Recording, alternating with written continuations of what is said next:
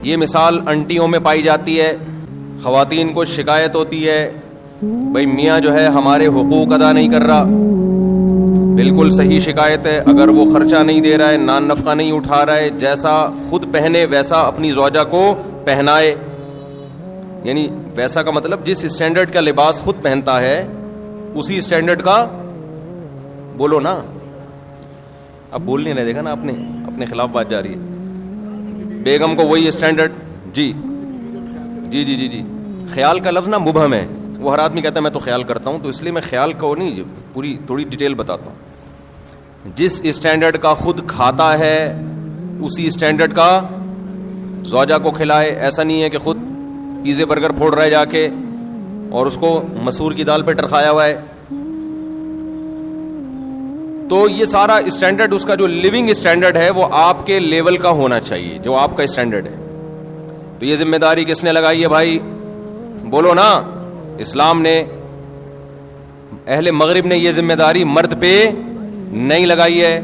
ہماری خواتین شکایتیں کرتی ہیں کہ میاں حقوق ادا نہیں کر رہا, یہ نہیں کر رہا, وہ نہیں کر رہا. بالکل صحیح ہے بھائی, اس کے باپ کو بھی کرنا پڑے گا. یعنی اس کے باپ کا مطلب یہ نہیں کہ اس کے باپ کو, اسی آدمی کو پیار سے اس کا باپ کہا جاتا ہے اردو میں. آج ہر آدمی اپنا باپ خود ہی ہے نا آج کل. لیکن یہی انٹیاں جب شوہر ان سے کہتا ہے کہ آپ میری مرضی کے بغیر گھر سے مت نکلو, بیگم جب کہیں جاؤ تو مجھ سے پرمیشن لو. صرف اطلاع دینا کافی نہیں ہے, شوہر کی پرمیشن کا ہونا ضروری. اسلام عورت کو باؤنڈ کرتا ہے کہ جب اس کی شادی ہو گئی ہے. اب آپ کہو گے مصعب کیا قومی ترانے سنانے لگے ہیں؟ میں تھکا ہوا ہوں بھائی, میں ابھی سفر سے آیا ہوں, رات میرا بیان تھا اتنا لمبا پنجاب میں. تو جب میرا بہت زیادہ لمبا بیان تھا, رات بھر سویا نہیں, پھر صبح کی فلائٹ تھی, تو پھر یہ سر لگانا پڑتا ہے تاکہ میں بولتا رہوں, سمجھ رہے؟ تو انٹیاں جو ہیں وہ شکایت کرتی ہیں میاؤں کی کہ یہ ہم پہ روب جماتے ہیں. ان کو کیوں بتائیں ہم باہر جانے سے پہلے؟ کیا الٹی باتیں بھی شروع ہو جاتی ہیں. کیا میں کوئی فلم دیکھنے جا رہی ہوں؟ بعض دفعہ میاں کو محبت اتنی ہوتی ہے, بیگم کہیں جا رہی ہوتی ہے. ونس اپون اے ٹائم ایسا ہوا کرتا تھا, اب تو اس طرح آج کل اس طرح کی اطلاعات آ نہیں رہی ہیں. میاں کہہ دیتا ہے کہ آپ نہیں جائیں, میں ابھی گھر میں ہوں, میں چاہتا ہوں کہ آپ گھر میں رہیں. بیگم کہنی نہیں, میں اپنی اماں کے جا رہی ہوں یا کہیں بھی جا رہی ہوں. تو اسلام ایسے موقع پہ بیگم کو سپورٹ کرتا ہے یا میاں کو؟ میاں کو. سمجھتے ہو کہ نہیں سمجھتے؟ یہاں خواتین کہتی ہیں کیوں بھائی ہم کوئی غلام ہیں؟ کل میں نے رات پنجاب میں ایک بہت بڑے بورڈ پہ دیکھا, ہم کوئی غلام ہیں. تو خواتین نے بھی یہ لفظ سیکھ لیا ہے, ہم کوئی غلام ہیں جو ہم بتا کے جائیں. اے بھائی ہم کیوں بتائیں کسی کو؟ تم کون ہوتے ہو پوچھنے والے؟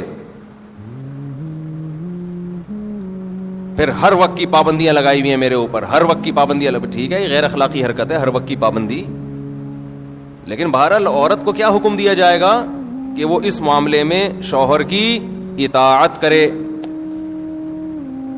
آج کل جیسے مردوں نے حقوق ادا کرنا چھوڑ دیے تو خواتین بھی بہت ساری لبرل ہوتی جا رہی ہیں, وہ میاں کو بتانا ضروری نہیں سمجھتی.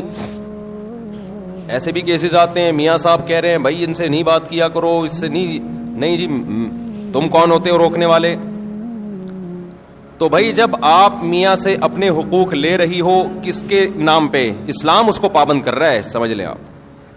اسلام کے علاوہ کسی کا باپ بھی شوہر کو پابند نہیں کر سکتا, خوب سمجھ لو. اور اسلام کی پابندی اگر نہ ہو تو کوئی بھی زوجہ کے حقوق ادا نہیں کرے گا, قانون کروا ہی نہیں سکتا. پھر یہ ٹاپک چینج ہو رہا ہے, کیا کریں یار. میں خواتین کو بتا رہا ہوں اسلام کی قدر کرو. یہ جو میاں پاکستان میں اور اسلامی ملکوں میں میاں جو خرچہ کرتے ہیں نا بیگموں کے اوپر, جو حقوق ادا کرتے ہیں, یہ اسلام کی وجہ سے کرتے ہیں, یہ گورنمنٹ کے لا کی وجہ سے نہیں کرتے. لا میں اتنی طاقت نہیں ہے کہ حقوق ادا کروا دے. گوروں نے کتنے زبردست لا بنا کے مسلط کیے, انہوں نے بھی بالآخر ہتھیار ڈال دیے کہ بھئی قانون کے ذریعے شوہر عورت کے حقوق ادا کرے, یہ پاسبل نہیں ہے.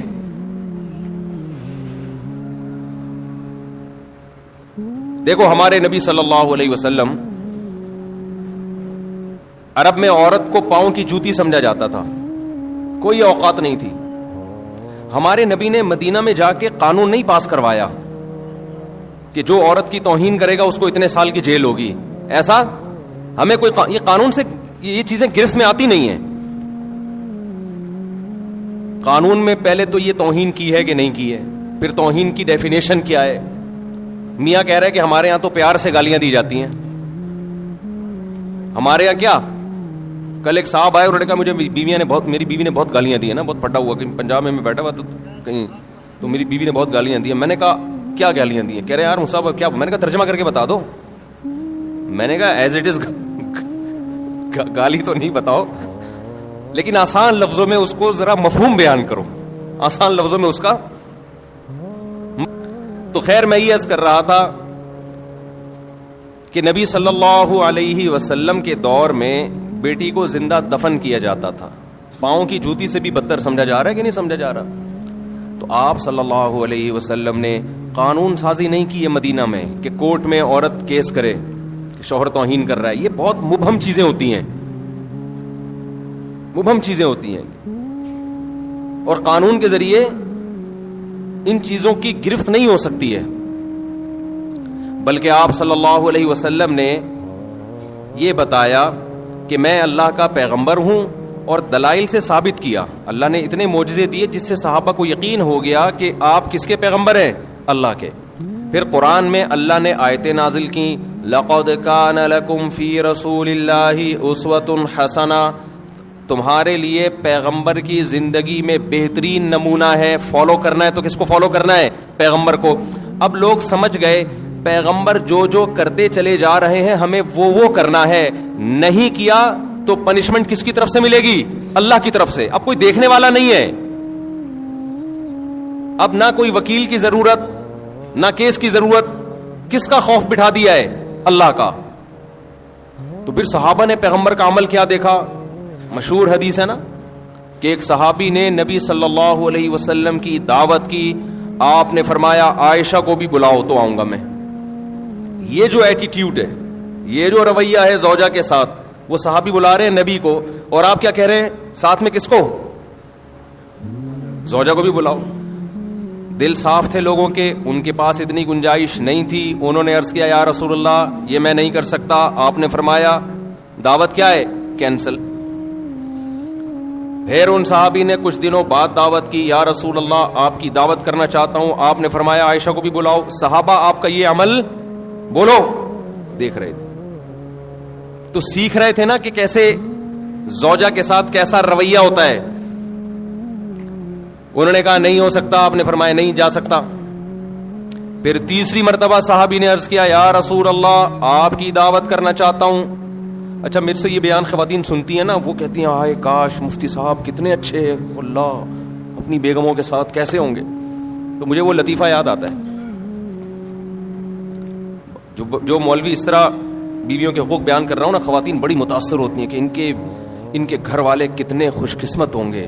ان کی تو کبھی دعوت ہوتی ہوگی تو کہتے ہوں گے بیگم کے ساتھ بلاؤ تو ہوں, ورنہ میں نہیں آ رہا, جاؤ. تو وہ لطیفہ تمام خواتین سن لیں. ایک آدمی جو تھا نا,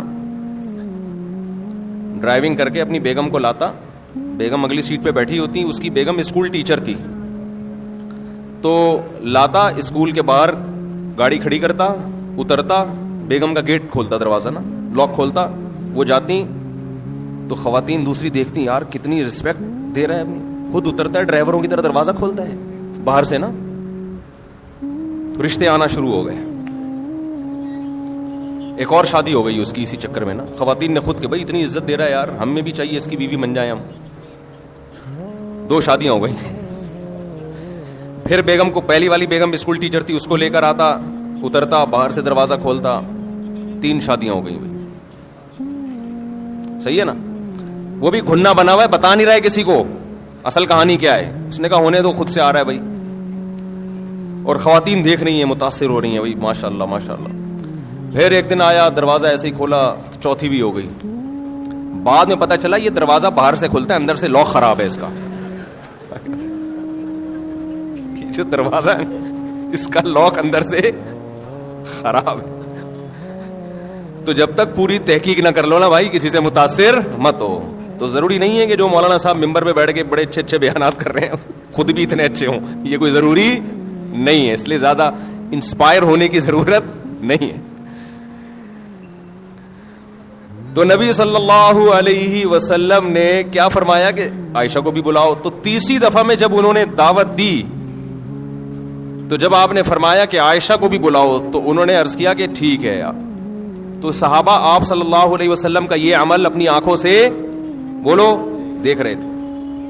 اب کوئی قانون سازی کی ضرورت نہیں تھی. اللہ نے پہلے بتا دیا تھا کہ تم نے فالو کس کو کرنا ہے, پیغمبر کو فالو کرنا ہے, ان کا رویہ دیکھنا ہے.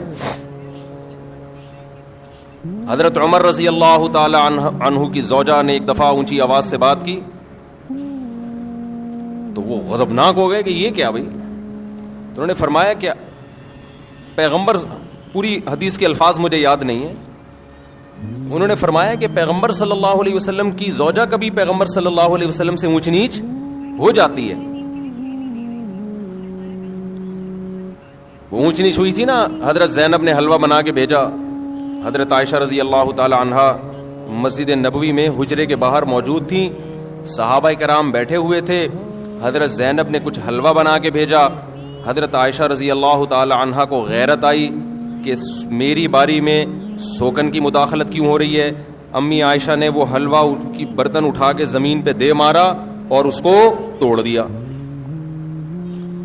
میں اکثر اس موقع پہ کہتا ہوں بھائی اگر ہم اور آپ میں سے کوئی ہوتا اور دوست بھی یہ منظر دیکھ رہے ہوتے تو غیرت کا مسئلہ بناتے کہ نہیں بناتے, اور دوستوں کو واقعہ سناتے کہ میری بیگم نے ایسے حلوہ میرے سامنے برتن توڑا, میں نے رکھ کے 2 لگائے. تیرا بھائی ڈرتا ورتا کسی سے بولتے ہیں نا. ہمارے نبی صلی اللہ علیہ وسلم نے کیا فرمایا, سید الانبیاء, آپ نے اس کی ایک اچھی لاجک پیش کی. فرمایا غارت امکم, تمہاری ماں کو غیرت آ گئی ہے, یہ محبت میں ہوا ہے. سمجھ رہے ہیں کہ نہیں سمجھ رہے؟ ان کو یہ ہوا کہ باری میری ہے تو کسی اور کے گھر سے گفٹ کیوں آ رہا ہے, دوسری زوجہ کے گھر سے. تو یہ غیرت میں کیا, یہ کوئی غصہ نہیں ہوئے, زمین پہ بیٹھ کے وہ برتن اٹھا لیا.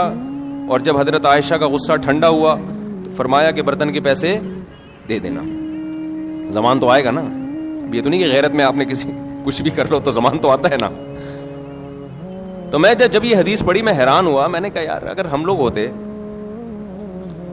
تو ہم یہ واقعہ 30 لوگوں کو بھی سناتے ہیں, بھائی تیری بھابھی نے ایسا کیا آج, اور تجھے پتا ہے ہم سسرال سے ڈرتے ورتے نہیں. اور دوست بھی مردانگی کے چیلنج دیتے ہیں, ابے تو جورو کا غلام ہے, تیرے گھر میں برتن ٹوٹ رہے ہیں, صحیح ہے نا, تیرے گھر میں کیا ہو رہا ہے, اور وہ بھی تیرے دوستوں کے سامنے, شاگردوں کے سامنے. کوئی تمیز ہے یار, رکھ کے لگایا کیوں نہیں تو نے. لیکن صحابہ نے یہ منظر بھی اپنی آنکھوں سے دیکھا. یہ حدیث تو صحابی بیان کر رہے ہیں نا, کہ نبی نے اس کی توجیح کی, غارت امکم, تمہاری ماں کو غیرت آ گئی. تبھی تو حدیث میں آتا ہے. دیکھو یہ واقعہ سننے میں الگ ہے, سننے میں تو آپ سمجھ رہے ہو بھائی نارمل ہے. حقیقت یہ ہے کہ جب گزرتی ہے تو پتہ چلتا ہے کہ اس کے لیے تھوڑے بہت اخلاق کافی نہیں ہے, بہت بڑا ظرف ہونا چاہیے. اور خاص طور پر وہ پیغمبر جن کو سب فالو کر رہے ہیں, مقتدا اور رہبر ہیں, جن سے افضل اس کائنات میں اللہ نے کسی کو پیدا کیا نہیں ہے.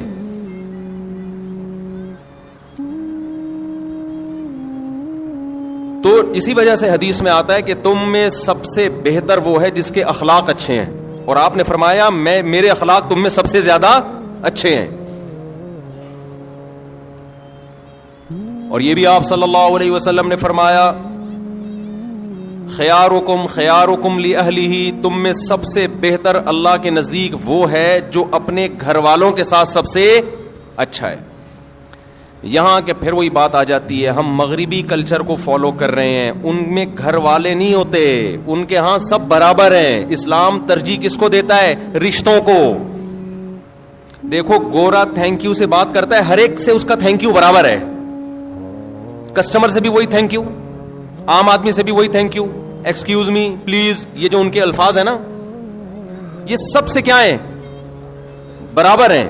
اسلام میں سب کے لیے برابر نہیں ہے.